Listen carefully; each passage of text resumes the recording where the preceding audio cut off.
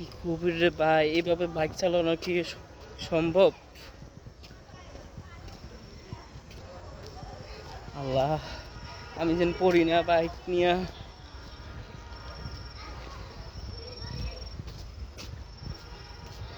এক হাতে সাইকেল চালাইতেছি আর এক হাতে ভিডিও করতেছি।